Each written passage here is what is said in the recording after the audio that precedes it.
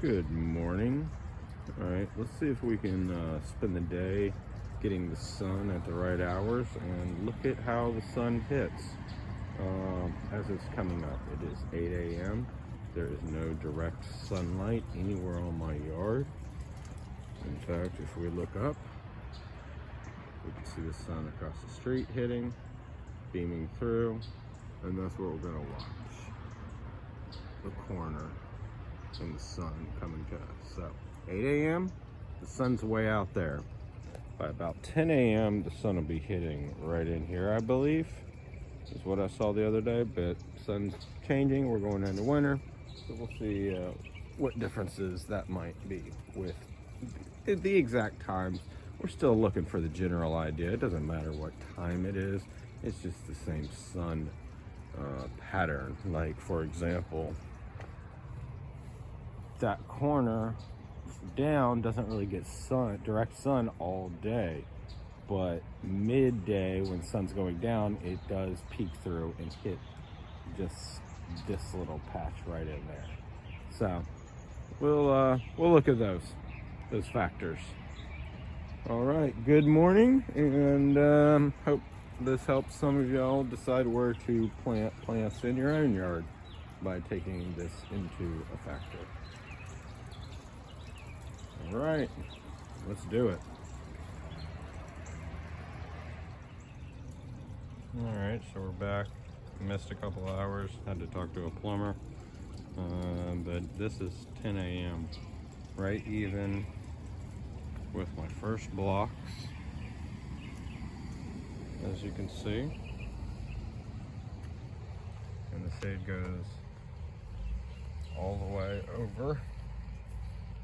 Good few feet, probably about 15 foot, because of the house. This is a northern side, so put my low light plants on the northern side, and some of those that are young, like that thing cannot take full sun when it's on the fence. It gets vaporized over there, so it's over here now. Some little plants that can't take full sun, they are what we're dealing with now.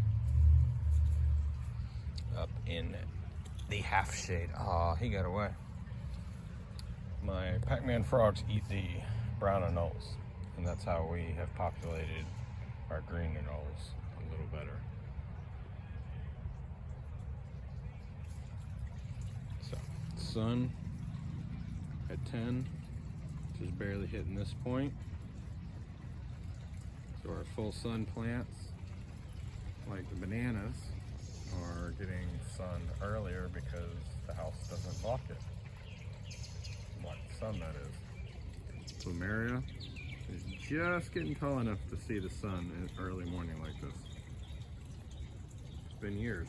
This thing froze back, came back for us. And last year did not freeze back. We had a mild winter. So.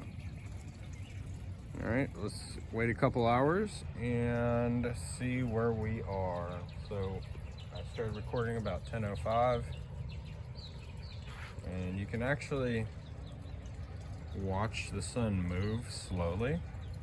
We're not gonna sit here and do that. But you can definitely put like debris down. Let's put it on the dark part, not the lighter part of the shadow, but the darker. If you're sitting out here, you can watch it.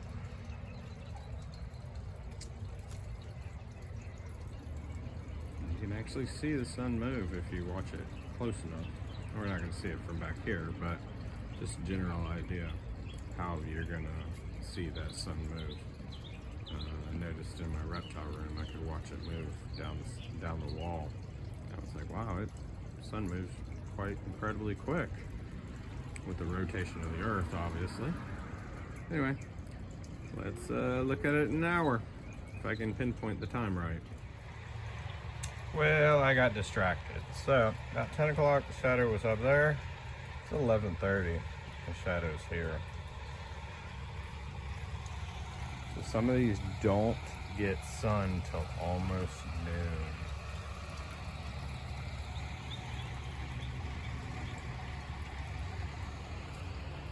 But also shade of other plants, I think, has a factor.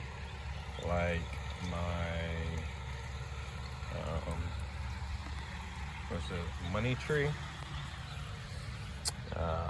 I forget what the real name is, but like this, I've been unsuccessful in the past growing these in the yard, and this one I planted in the shade of the plumeria, And hopefully it will grow.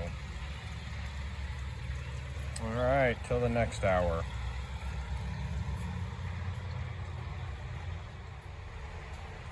All right, now it's noon. So, sun still isn't touching right at the house. So those that need low light can be right up at the house, like the ferns, these kind of tube plants. We also did our passion vines, which you can see right here, blooming. This is a red one. I thought it was purple, but it's red. We're about to have some more. But yeah, so just a general idea. I keep these potted plants that I've been working on, my bonsai collection. So I did substrate. Now, a lot of people were saying on other posts that these would die from root rot. They're not dying from root rot. These are over 6 months old, well over, or like a pine tree. So I do have to give these full sun. These are my patio plants, and you see that one, it doesn't get pulled out much. It's looking kind of rough, but the other ones look to be doing okay.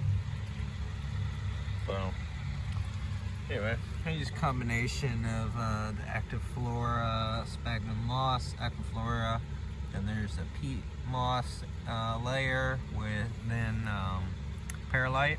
Then there's peat moss and cocoa fiber mix, and I believe I did a like tubing up the middle of peat moss. You see more perlite, and then actual soil, cocoa fiber, and some more like Actiflora on top. just for a general idea, if you're trying to make your own bonsais, you want to have plenty of flow, but you want to have water. So I went with the earth bucket method to have water underneath. And I kind of, it shifts up with materials that I have or don't have. Anyway, just for an idea about the sun. Alright, so it's a little earlier than I would have recorded, but it's 12:10. Sun's moved quite a bit again. But I'm going to move this out of the sun. I'm going to take it in. Even the pot, the sunny side is hot. Very hot. So you don't want some things getting burnt. I'm going to take it up on the patio in a second. But what I really want y'all to see, sun-wise and shading and all that, is how I've gotten my pitcher plants and all that to survive Florida are bad sun. Okay, so we did repurchase the Venus, and that's what you see in the middle down here. These are Sundew. They are locally collected. They were around a baseball field pond, a pond on the out of school. So I was like, wow, at a school, these probably don't have a good chance. I mean, they do, but I collected a couple. And really, I just need one. And this is what I end up with. One from a source that I can legally collect, that is. So these are actually pomelos. Directly off my pomelo that I rooted from seed. I mean, it's still small, but I cut off the ends, put them in the ground or in here, just like, hey, I've got them, why not put them in? You see this one? This one's actually regrowing. This is all new growth. So I got 3 pomelo. I don't know. You know, the chances of our first pomelo being sweet from a seed isn't good. But anyway, I just wanted y'all to see how our carnivorous plants are doing. Yeah. Good stuff, huh? Good stuff. So, full sun out in the yard more, they would most likely burn and die. I need to trim them. I don't ever trim them. Even the small one down here. It probably needs a little more sun, honestly. But, yeah, it needs to be trimmed too. They all do. And I weed quite often. All right, see you in about 40 minutes.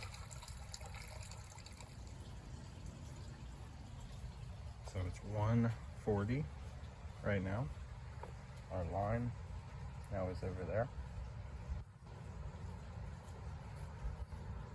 As you can see, around 2 o'clock, the plants start getting sun over here, but the house is going to be shaded. So like my Robolini here, I'd want that moved somewhere in full sun. But my irises here, my cathedral bells, a little bit of moss, all grows really well in low light. I put another elephant here. I've got these things everywhere now. This is the moss. I did the video, free plants. It was on next to a gas station in the grass. It seems to be growing here, which is good. I wanted it growing here. Yeah. So anyway, just wanted y'all to see the sun. Probably not going to record too much more today. Just because the sun's going to be going down at this point. And this midday sun on some of the plants is exactly what we want. It's crazy to think in July, all that was dirt still and just weeds. And now I've got my ground cover everywhere. Anyway, for planting your plants, the plants I keep inside, if I bring them outside, I like to put them in the shade, meaning that side of the house, no direct sun, because then I feel like they'll struggle in the house lights. Yeah.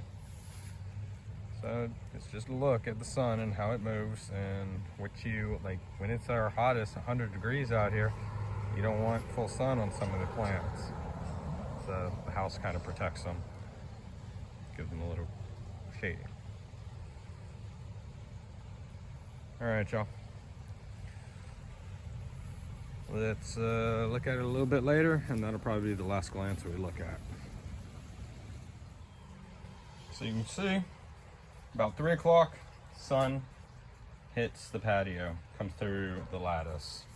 Most of it's shielded, but yard-wise, the whole front of the house then gets sun.